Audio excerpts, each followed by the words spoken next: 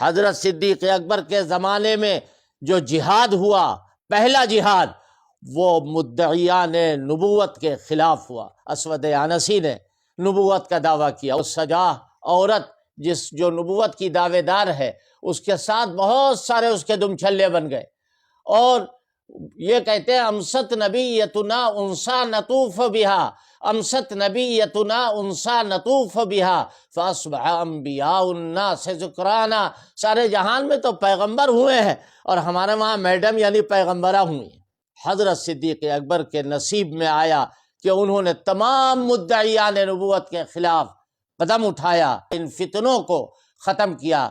जो फितने पैदा हो रहे हैं, कोई मसीह अपने आप को कह रहा है, कोई मसीह अपने आप को कह रहा है, और जितने मुद्दईयान नबूवत पैदा हुए हैं सब कैरेक्टर के एतबार से इंतहाई गंदे और खबीस साबित हुए।